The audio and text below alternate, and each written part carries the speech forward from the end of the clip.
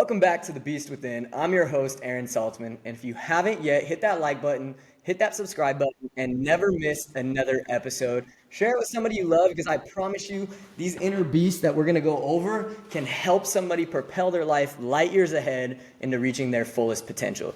Today's beast is one of my all-time favorites, one that I have personally battled, and one that our guest has not only battled but come up with tools necessary in order to achieve greatness while putting this beast in the past. I can promise you this is one that you guys have all been through as well, so make sure you guys stay tuned through the whole episode. This beast doesn't need external enemies to ruin our progress. It convinces us to do it ourselves. It whispers doubts, feeds your fears, and keeps us trapped in a cycle of failure when success is within reach. This beast is the self-sabotage beast. It's one that we somehow manage to do to ourselves. It's not external, it's not our environment, it's us favoring our fears instead of looking towards success. From working with athletes to all levels, becoming a top trainer at Equinox, Bradley has dedicated his life to optimizing men's health and performance. After hitting rock bottom in 2022, battling addiction, questioning his purpose, questioning his purpose, he found his strength in surrender, committing to sobriety, faith, and relentless self-improvement.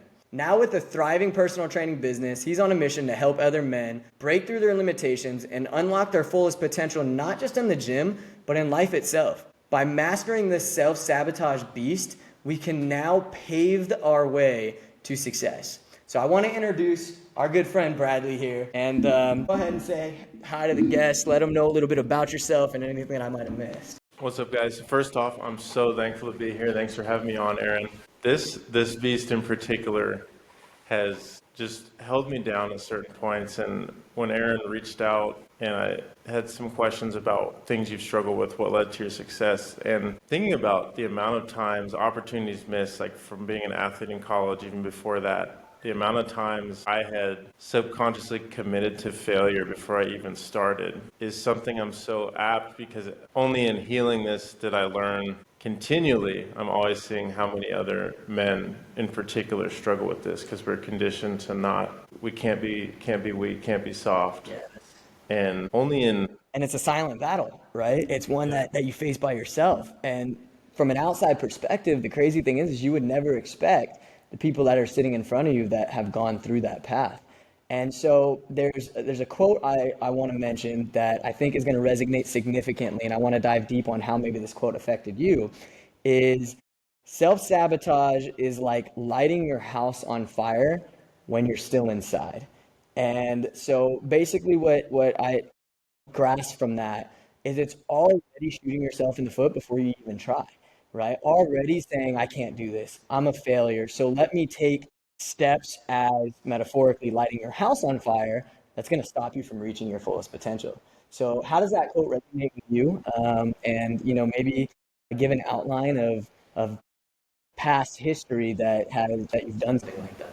I think only in taking inventory did I really, through lots of journaling, therapy, to put it in the most proactive steps right now. You don't really realize the damage until you step back and see for yourself, I'm doing this to myself. And then so much of this stuff's not even true. It hasn't happened yet.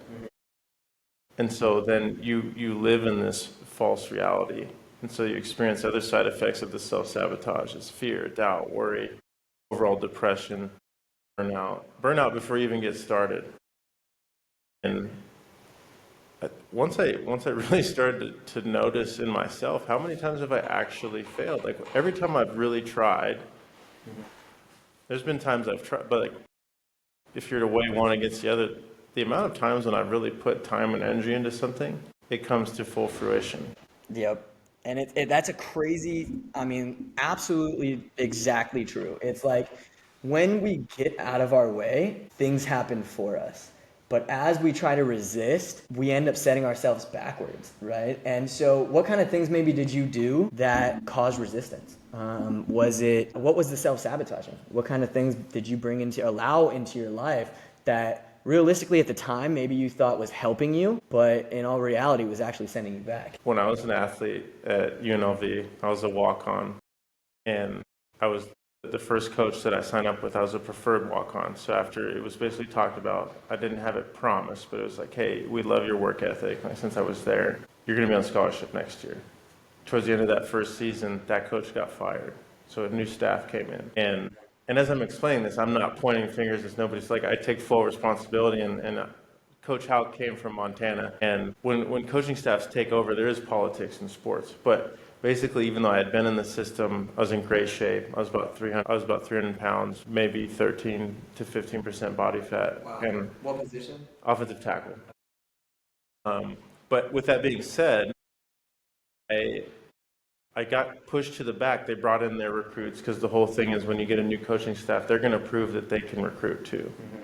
And not to say, obviously, like at UNLV, I wasn't some top. I was a walk-on there, so I wasn't like lights out with technique and stuff. But there was such a small margin for error, and where the self-sabotage came in was instead of looking at criticism, or there'd be times like if I didn't do a drill properly after it was demoed, like one time, I get told, get out, go to the back, And at the time, I would when I was upset with that, saying, oh, this isn't fair and stuff, instead of sitting and saying, how can I make myself the best player I can be?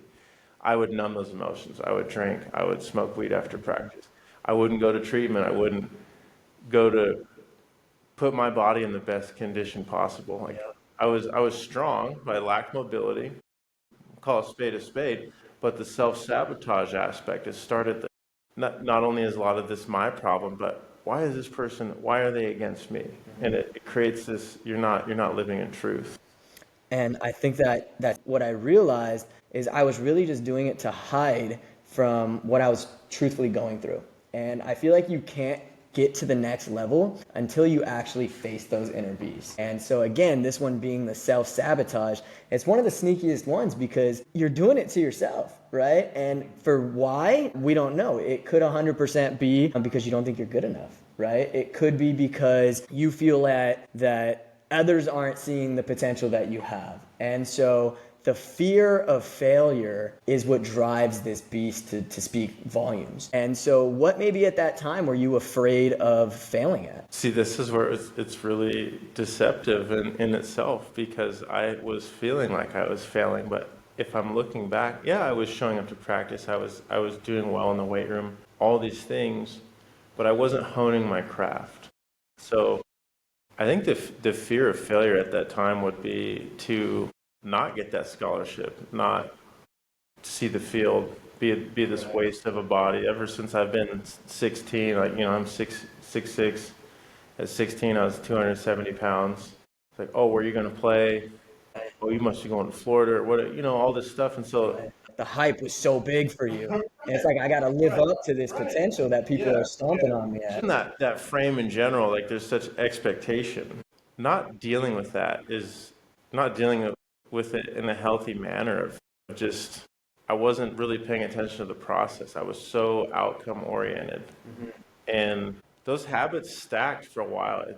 I eventually got on scholarship. I eventually made it on the field, but I still didn't see what my potential could have done in that particular time, because I was so emotionally unstable. I was looking for, because what I've learned is like this sabotaging thing, that what's brought peace from it is there's stuff that sometimes you need to sit with and ask yourself, where is this coming from?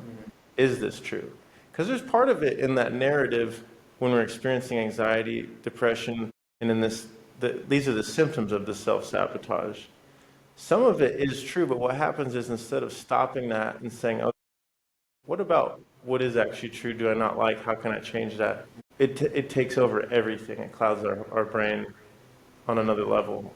Right. You take away any you're doing, because we're never going to be perfect. No. Even here sitting talking to you, having defeated this, there's still always a struggle. But the difference now is, how can I walk in truth?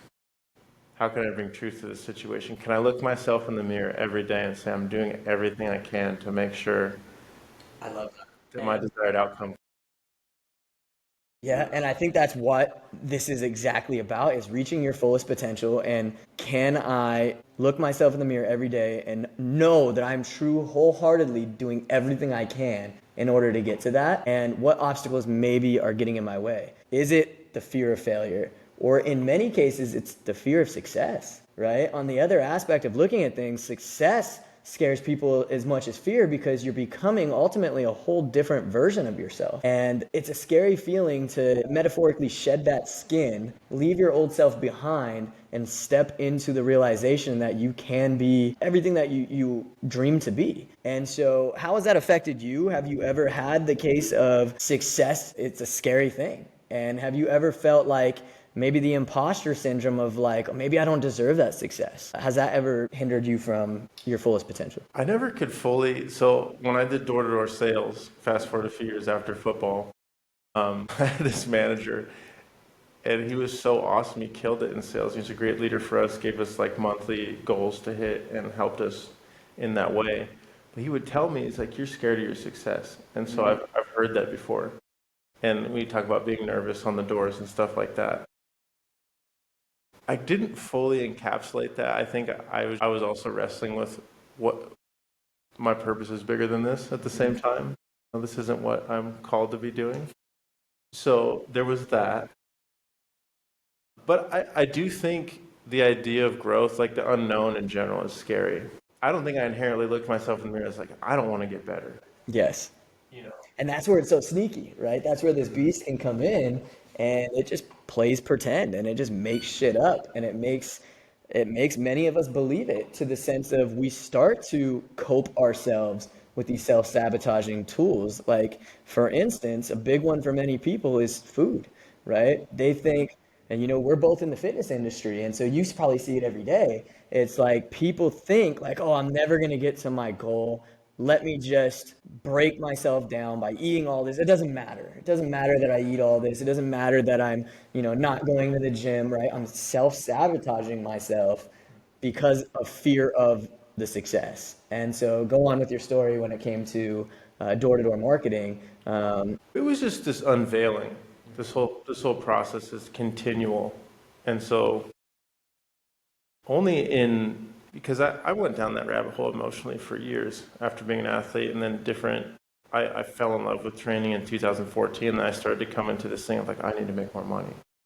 And so then that wasn't even, door to door wasn't my first step out of training. Initially, I moved to it. I started a desk job. I was in a project engineer role for a general contractor. And after doing like a salary-based position for a year, I was like, oh my goodness, I can't stand this. I can't stand what I'm doing. Like, it's secure. But I literally, a lot of the days at the office, I was watching like motivational videos and stuff. There's something deep inside of me. It's like, man, this is not you. And so then I saw an application for ADT. I got into home security and then did solar. And in that process, the two things that trying to get out right now is asking yourself what actually matters to me, because money won't fill the gap. Money obviously matters, pays the bills, feeds us, helps us provide, but that deep centeredness of I am not these things comes from that surrender. And I think living in that truth, because I think what a lot of self-sabotage comes from is we're so predicated on the outcome, especially the way our society is. Like, everything's fast, everything's immediate. And I know we all talk about this, like discipline's freedom. You can hear Jocko talk about it, but only in actually going and kind of borifying your life and remove so many tasks sometimes, unless you have to for work, but take less tasks on and try to just be present and in the moment, and then your world will shrink to reality. Yeah, I think what you just said is a great tool for people to, after making awareness to their self-sabotage, on how to find ways of breaking it, and that's to live purpose-driven, right? Because yes, self-sabotage is going to present itself every single day. I mean, it's going to come up, right? You're going to want to take time to yourself. You're going to want to, have that drink. You're going to want to indulge in that dessert, right? But by being so purpose-driven on what your goal is, and again, it's not necessarily like you said, looking at the ultimate outcome, but it's like, no, what can I do today to make myself a little bit better towards this is everything. I think it takes that deep motivation, that deep purpose to get somebody to say no to whatever comes their way. And like you mentioned, taking things off of your list, right? Like, oh, does this serve me today? Is this serving my ultimate goal? And most of the time, the answer is going to be no. And it's about having the discipline necessary to fight that. As you've grown, have you found it harder or easier to face or to first recognize self-sabotage and then second face it? Great question. Yeah. And something that immediately comes to mind is my faith. The more this isn't me going to Bible thump, but the more I've learned about Jesus and who he was, what he stood for. When you apply that, there's so many points in Scripture where we're called to die to ourselves, because our deepest purpose is to walk in love. And our deepest purpose is like when we see somebody struggling, we see somebody going through that, we can lift them up. But ultimately, like what we're talking about right now is getting people to realize that you ultimately have to make that choice to lift yourself up. Mm-hmm. Because this process for me is continual, it's daily. It's not like, oh, I am experiencing peace today, I can stop. Mm-hmm. It's every day. Yes. I go into that. And that's huge what you just said, because it is a lifestyle, right? It is an everyday thing. There are no days off from it. It's who you are. It's the new Bradley, right? And so for those of you guys that don't know, this is actually my first time sitting with Bradley. We met each other online from a mutual clientele, and I followed him, and I was blown away with how disciplined he was and the motivation that he had and the faith that he had and the steps that he took, that I reached out and said, dude, I would love for you to be on the podcast, because I think you are a huge addition to helping our listeners, fight this self-sabotage beast. And so I think that's perfectly said. I think it is a daily thing versus when you want to do it. If you fight self-sabotage only on occasion, you're gonna fail. You're gonna fall. I'm reading this book. I always go back through it. My dad gave it to me in 2018, called The Road Less Traveled. And it talks about it was written by a psychotherapist in like the early 80s. But so much of it is about leaning into pain and accepting that nature of like, the only guaranteed thing in life is like problems and pain, but when we accept that, we can transcend that. So then it's on the other coin is when you accept, like, for the case of fitness, I'm overweight, I'm not where I want to be. Well, I've gotten to the point where like I fell off towards the end of last year, and I just posted that transformation, like it's ongoing. You fall off the wagon, absolutely, but then you get back on. Yeah. And how many times can you just do that? Yeah. And the more I don't make it about me, and every day I pray, I'm just, how can I glorify you today? And I sit still, and thoughts that lead to haste, hurry, worry, I don't let those in. The thoughts that just say, I'm here today, and it's a blessing. Such a powerful tool. And, I hope that you guys are really paying attention to this one, because that's such a powerful tool. Self-sabotage really only happens when you give attention to whatever anxiety you're feeling, right? Whenever you make it real, when that beast is it's metaphorical until you allow it to become a monster that's, overtaking your life. And so that's a beautiful thing, is finding that ability to be peaceful, that this isn't always easy, but I'm still going to do what I need to do on a daily basis, in order to keep going in the direction that I want to go. And so for me, it's always been, life is not supposed to be easy. That's the beauty of it. We're supposed to face these challenges. To me, like anytime a challenge comes my way now, before it would eat me alive. Before, I would have so much anxiety, and I would drink, I would party, I would do anything I could to get my mind off of how hard life was. But now I look at it as like, instead of challenge accepted, it's more of like, I'm okay with it being difficult, knowing that I've proven to myself so many times that I will overcome it and I will come out on top. And so I think once you reach that confidence in yourself, or that peace, as you said, it becomes a lot easier of a journey. No, and if you think about neuroscience in itself, negative thoughts are more attractive. Like they carry 5 times more impact than positive thoughts in our subconscious mind.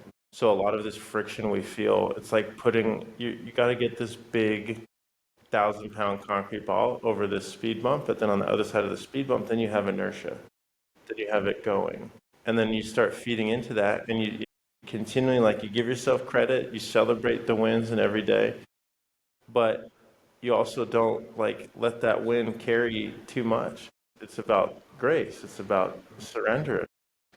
Understand. I mean, that's the biggest thing, is understanding when you give yourself credit for what you're doing and you fixate on the things that have already been given to you, then you can really walk in the sense of life is happening for you, no matter what happens. The biggest condition of suffering we face is our attachment to things. The biggest hindrance to people's personal fitness journeys is they get so fixated on what they're going to look like instead of how much better is my body going to feel. Like when I start removing processed foods, you'll feel more clear. You'll be less bloated. Your insides will thank you. It's so small. Yeah. And in doing that, you pick up this positive momentum. Like always, the clients could start with a general preparatory phase. And for the first, depending on their training intensity and background, that lasts from 2 to 6 weeks, where you're just getting their body prepared, like their energy system base, to actually work. So that way we have this energy capacity before we actually touch, like we start lifting weight with intention. But that way, when you go to lift weights, it's like a quantum leap. Because what happens is I know you've probably seen this, is you'll see like a lot of ego lifting, or you give somebody like they're in such a hurry right now that the form is going out, they're driving themselves into dysfunction, and then you're not even doing the things necessary. Like the process to changing your body is so simple, but we miss that because we expect this thing on ourselves. So, whether it's fitness, whether it's, for me, where I'm always looking to grow is mindset, and how can I grow the business and keep it centered around value? What's going to change this person's life? What's going to help these men overcome these speed bumps? Yeah, and I mean it is about celebrating the small wins. We live in such an instant gratification world right now that these are the triggers to self-sabotage. Right? Instant gratification or social media is a trigger, right? It's why don't I look like that? Why can't I do that? I'm never going to be good enough. Let me go waste my time on these sorrows and feeling bad for myself. Let me go out and party because I can't get to that point, right? Or it's just this mindset of overall destruction before you even try, right? It's like so many people self-sabotage before they even attempt. And so that right there, at least especially in the fitness world, is the tough one. I mean, I can't imagine walking in this day and age, walking into a gym without feeling judged, without feeling like I can just show up and do what I need to do without other people's judgment on me. And I think that it just relates so much back to everything is all social media based right now. And so these triggers are hindering people from even starting. And so maybe what tools can they use? And let's stay within the fitness realm. I mean, this is obviously so relatable in every aspect of life, but your profession is a fitness professional. So let's maybe give some tools necessary on how can people just put that aside, put the self-sabotage down for a minute, so they have even the slightest bit to just start. Because once you start, like you said, right? The thing that immediately comes to mind is what you just mentioned is so, like, it's valid in the sense of it lives in so many people's minds of, like, people think, when I go to the gym, I'm going to get judged because my form sucks or this or that. I'm not lifting enough weight. And nobody cares. The people that are actually in the gym, know what it is. Nobody cares. And it's quite the opposite. People do care in the sense of, like, the amount of times I see on a daily basis, and it's so gratifying to see, is like people build each other up a lot in the gym community. And a lot of that judgment resides in, like, emotionally responsive. So where you get more of that judgment is not in a fitness area, you know? Yeah, we build this up again we do it to ourselves because anybody that's in the fitness gym in the world, most people, I say 90%, they have empathy, right? They understand what it took to get into the gym. They understand the journey that you're about to go on. And trust me, most are going to support it. It's again, just this buildup in our head based on anxiety that it's telling you all of these things. You can't do this. Oh, if you do this, you're going to be judged. And it quiets you so, it makes you so small that you don't even start. And whenever you don't start something, you're never going to succeed, right? You're only going to go into the direction of self-sabotage. And, I used to do this personally to myself. Maybe not in the fitness world, but I used to do things that would set me light years back. So now my mind, because I was fear of success, right? And so my mind was like, okay, if I throw myself backwards, well, now I got to play catch up. And now my mind isn't going to be focused on the growth mindset. My mind's not going to be focused on success. No, my mind's focusing on, oh, fuck, I got to get back to where I was. Right. And I would do this to myself all the time, all the time. And so maybe what tools can somebody use to step foot into that gym and again, or just step foot into the growth? It's a good question. Develop awareness. Understand what it is you actually want. So writing it down, I'm huge on writing it down. And just keep it simple. It's KISS, K-I-S, keep it simple, stupid. You hear that in door-to-door sales, or you hear that in life, because you ultimately have to convince yourself. And when we simplify that, it takes the guesswork out. Now, if and then another thing that hinders people from the gym is they don't know what to do. So in that case, hire me, eliminate the excuse, eliminate the excuses. That's the number one thing I can do is, where is my biggest excuse? Is it that I don't know what to do? Okay, I can hire somebody that does know what to do. And from there, showing up with a blueprint already done. Very good. Like the benefit of hiring a trainer is you have a blueprint, you have a map. Here's where we're at. What are your injuries? So, and it really, that will create momentum. It puts pressure on yourself, but it puts the pressure in a positive viewpoint where it's going to encourage you to grow. Growth is not easy. Absolutely not, or else everybody would be doing it, right? Then a great point is hiring somebody or mentorship, whatever, but that's a great tool is bringing somebody that's been on your journey or has worked with somebody that's consistently on your journey over and over and over and over again, because they have the tools necessary. If somebody comes to you and says, I want to lose 50 pounds, you know A to Z on how to get them there, right? So that's a great tool on overall bringing somebody in to help you with what you are struggling with. Because then guess what? It takes it off of your plate, right? You no longer have to think about it. They come to you and say, hey, I want this result.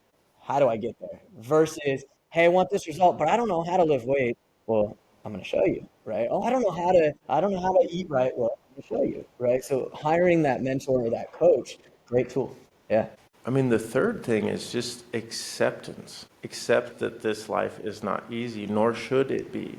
Mm-hmm. It's a saying, I know it's said in the Marine Corps, but it relates to faith. Everybody wants to go to heaven, but nobody wants to die. Ooh, it's a good one. As a man of faith, as I practice being a Christian, we want this peace, but the peace comes at the cost of surrendering what's hindering us from the peace. Mm.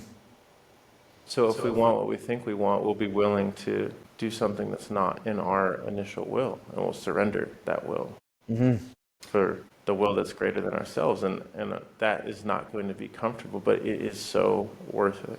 I agree 1,000,000%. I think it's about coming to peace, and then that finally allows you to take action. And so one of the tools I want to throw out there is the 5-minute action rule, right? And this is take massive, as soon as you get a thought, take action on it. You want to hire a coach? Take action. Because what's going to end up happening? You're going to have all these thoughts that come in that are going to sway you the other way. Oh, okay, wait, I got to think about finances. I maybe not afford. Oh, I'm going to go on a vacation in 2 months. Maybe I'll hire him after the vacation, right? So no, it needs to happen immediately, right? Do it now. And if it's not hiring a coach, right, we're not just talking about that.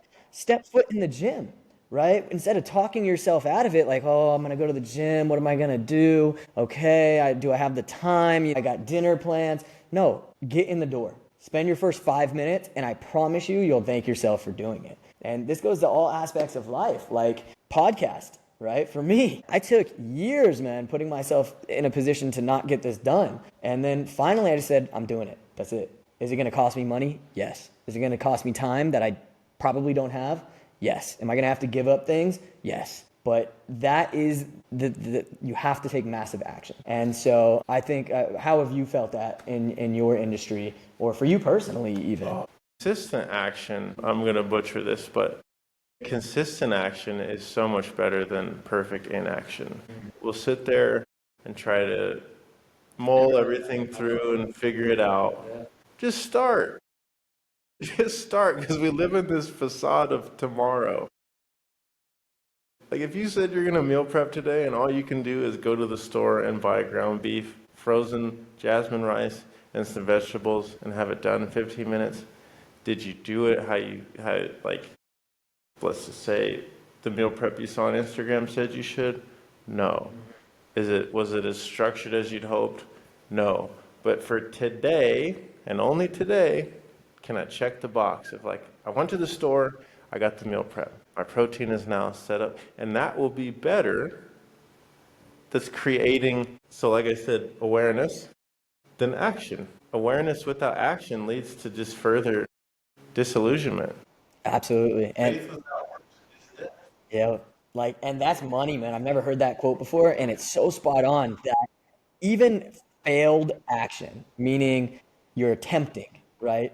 Failed action will always triumph in action, right? If you're never going to try at all, you're never going to succeed. But if somebody told you, hey, you are 30 fails away from success, how quickly would you chase those 30 fails? You're going to dive right into every single one of them. Bring it on, because I know on the other side equals success, right? While inaction is just going to, again, lead to demoralizing and beating yourself up to bring you right back to this self-sabotage beast. So for me, self-sabotage speaks the loudest when you're not doing what you should be doing, right? When self-sabotage will speak the loudest, oh, just go to the bar, go drink, go whatever it is you're doing to yourself. It speaks the loudest when you're not on task, when you're not on your purpose, your drive. So again, it's bringing that awareness. And the the the next tool that I have is burning escape routes. So this is a big one. There's so many obstacles that you can put in front of you. So get rid of them, right? In your world of fitness, okay, my escape route is I start and I quit. It's a lot of people's thing. They start, gets hard, they quit. So burn the escape route. How? Buy a trainer 3, 6 months in advance, or if you can't pay for all that, sign a contract saying that you're going to stay, right? So that's an escape route. So giving yourself grace and getting the obstacles out of your way before they even arise. When you say that, I immediately think of another thing I learned in door to door, but I love it. Well, there's two things. Number one is burn your ships. It's the same thing. Burn your ships. Yep. And then the way you do one thing is the way you do everything. So if I'm, let's just say, like where in my fitness journey, if I'm 1 foot in, 1 foot out, people don't realize that that habit is going to carry over into how you show up in your relationships, your friendships, how you carry yourself. And so now it's bigger than fitness. The way we do one thing is the way we do everything. Absolutely. You can't put on the, otherwise you're putting on that, the Joker makeup, you're playing yourself. Yep. And not only yourself, you're going to be playing other people, right? If you're not showing up daily for yourself, well, how are you going to show up for others when they need you? Or how are you even going to have the tools necessary to help somebody else, right? So it's so much bigger than just yourself. And when it comes to burning these ships, it's important to get these things out of your head daily. What daily things arise? Is it social media? I mean, do you have to maybe go on a hiatus from social media, right? So these are things that you want to keep in mind because they will hinder you. They will stop you from reaching your full potential or for even, again, even starting. And so the last tool that I have that I want you to kind of deep dive on is, yeah, have you ever or can you share what it could be like to writing yourself a letter now from your future self, right? So this is something that I've done, and it spoke volumes because it's something you can always go back to. And so as my future self, I would write out where I was at, what success I had, what obstacles I had to face in order to get there.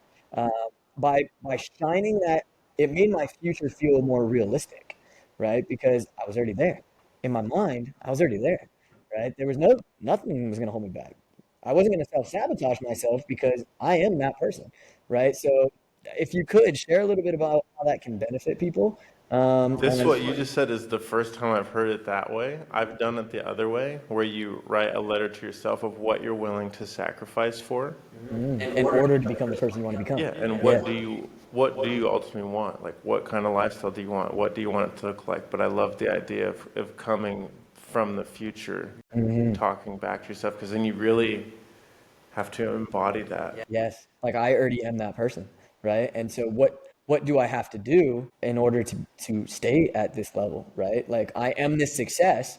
Okay, so now let's work backwards. What do I have to do to in order to not destroy the success that I've already built? And Kevin Hart, he's one of my idols, man. I mean, this dude is a legend. He is self-made. I mean, he owns so many different businesses, but he even said it's so much harder to stay at the top than it is to get to the top. And so by putting yourself in the mindset of I'm already there, so now you become this so much more stronger of an individual. And so this is a tool that I highly recommend to you guys is literally put pen down and just see what comes. You know, like he mentioned earlier, write it out and see, you know, what value comes from it. Because I promise you, by putting yourself in the future shoes, you are going to see the value in minimizing self-sabotage, right? Um, and with that being said, any tools that maybe somebody can take with them, maybe because we're talking some tangible things, but is anything that somebody can do today? Like they're going to go listen to this podcast and they're going to hear Bradley say X, Y, and Z. I can go put this into play right now. What tool maybe can you think of, if I think any? where we're just left it is perfect, is begin with the end in mind. Stephen Covey, The 7 Habits That Lead to a Successful Life. Might be butchering that book title, but That's correct. Yeah. Seven habits. Yeah. his biggest thing is 7 Habits of Highly Effective People. His big thing is beginning with the end in mind. So something that drives me, motivates me every day, because if I think back to the guy that I was struggling with that stuff, it was like a grown boy. I was a man boy, and I wasn't fully encapsulating these things. But now my vision every day is, okay, I want to provide for my family. How do I show up emotionally for my wife, my kids? How am I going to show up physically in that environment to set a good example, not just for them, but then for the community, and then being an ambassador of fitness. I need to be in shape. I need to practice what I preach. But then taking that to the emotional level, the social level, how do I show up? And then ultimately, because where that confidence comes from is when the chips are down, how do you show up? And preparing yourself emotionally, because we live in this state. So as a society where we're very emotionally reactive, and we fixate on the end, but we don't think, how can I become this person that operates and gets to that end point? We focus on the end, but how can I handle myself to show up in these situations with patience and grace? And confidence isn't cocky. Confidence is you shedding that self-sabotage because you've taken these steps, taking an account. My friend of mine I made a post about accountability the other day, and it was talking about, by taking account, it gives you the ability. So you take account of what gives you, you take account of what's, so like the most actionable step I can think of is you take account today. What's stopping me? What do I actually want to achieve? By taking account, you write that down. Literally, I have it on my car. I have it in the mirror. It gives you the ability. You have actionable steps moving forward. Yeah, and I think it's very important on, you know, piggybacking on what Bradley just talked about is it's so important to be the person you need to be today in order to reach the person that you ultimately want to be. And so, like he mentioned, what does that person look like? Okay, well, he's got to be fit, right? Like you said, right? Like He's got to have these attributes. He's got to have this. And so it's almost in a sense of, and this is not from me, this is Jim Carrey, but he's creating an avatar. And, you're building this avatar day by day. And it's just like when you're building a house, you don't start with the house already built, it's brick by brick. And so it's really doing this model will build confidence because you're proving to yourself every day, I am who I'm claiming to be. And so this is a great tool in order to keep self-sabotage quiet. And, I think is, a great way, a segue actually into one other that I have is giving self-sabotage or whatever it is you're facing an identity, giving it a name, right? So I don't know, lazy Lisa, right? Like, however you're feeling, these emotions that you're having, give it a name, give it a different identity than who you are, because it's not who you are, right? Just because you're feeling this way does not mean that you need to take action on it, right? It's an emotion, and people ride so highly on their emotions. And so if I can give this a separate identity, kind of like we did with the beast within, the reason why I started The Beast Within is to bring awareness to these inner battles that we face, but to make it a different identity than you, right? You are not self-sabotage. Self-sabotage is a inner beast that you have fought, tamed, and have gone out to improve yourself based off of it. But giving these different identities to these feelings allows you to separate yourself from them, right? Exactly. They are not you. And so I'm going to let you close this out any way that you see fit. If there's anything you want to bring up based on the self-sabotage or just anything you want to tell all the listeners, the floor is yours. All right, that's a lot of pressure. Yeah. Aside from, I'll just be super honest with myself. Like the thing that has ultimately given me freedom and like where I show up fulfilled is God. So before we go to try to make anything on our own, I just go to Him in prayer. That's the biggest thing I could recommend. It's beautiful because it's taking it out of your hands, right? And it's saying, hey, let go, let God, right? And it's a beautiful thing because I think that is what, whether it be God, church, whatever it is that the faith, whatever it is that you believe in, it's understanding that you do not have to do it alone.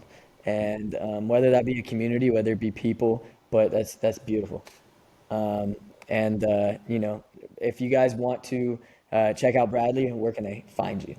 Check my Instagram is at Brad Overand Fit. That's where I'm helping men grow, putting together strength conditioning plans, custom nutrition plans, but more than anything, just providing a template so we have a routine to show up in, and then holding men accountable. That's my biggest thing is just checking in. So much of what's working is, and then getting a lot of results across the board. Yeah.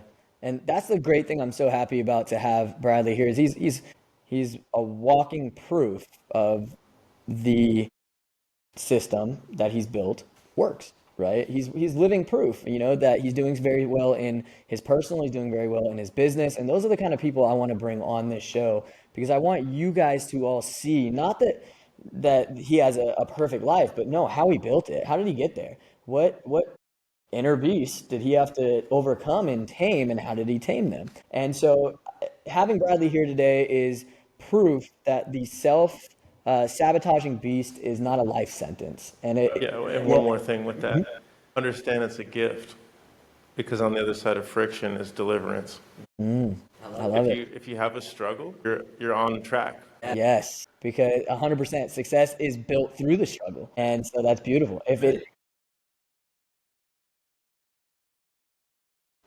That's a problem. Yeah. You've stunted your growth. Yeah, and we actually on the first podcast I had with Ryan, that's what one of our conversations was about was growth is difficult. And the higher you get, the harder it gets. The next level is always going to be harder than the level before, but in the levels before you establish tools necessary in order to beat the next level. And so absolutely, if the level stops getting hard, you are complacent.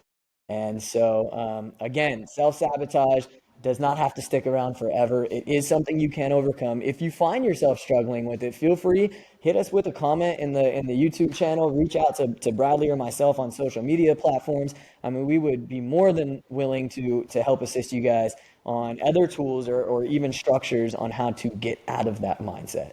So thank you again for being here. I mean, this has been amazing. A great tools and insights. And again, guys, if you haven't yet already, hit the like button, hit that subscribe button. Find us on YouTube, Spotify, social media, and never miss another episode because I promise you we're going to keep bringing on guys just like him. And we'll have Bradley back here for sure for another episode. Thanks, guys. Take care.